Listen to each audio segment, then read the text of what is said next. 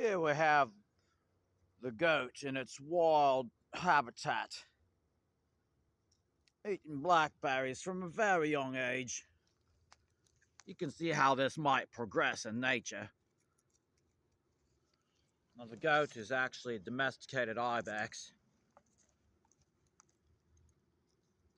These blackberries don't stand a chance. Quite so. Gotta start them young. You start here first, folks. The Blackberry Eradication Project. The wild chuckfeezer. Wild chuckfeezer.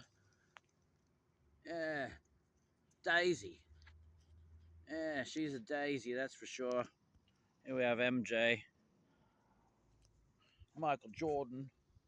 Yeah, buddy. Little Tim.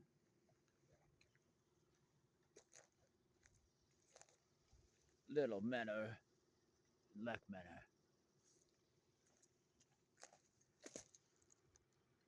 Yeah. Doing a good job there, little boys. Signing off for now.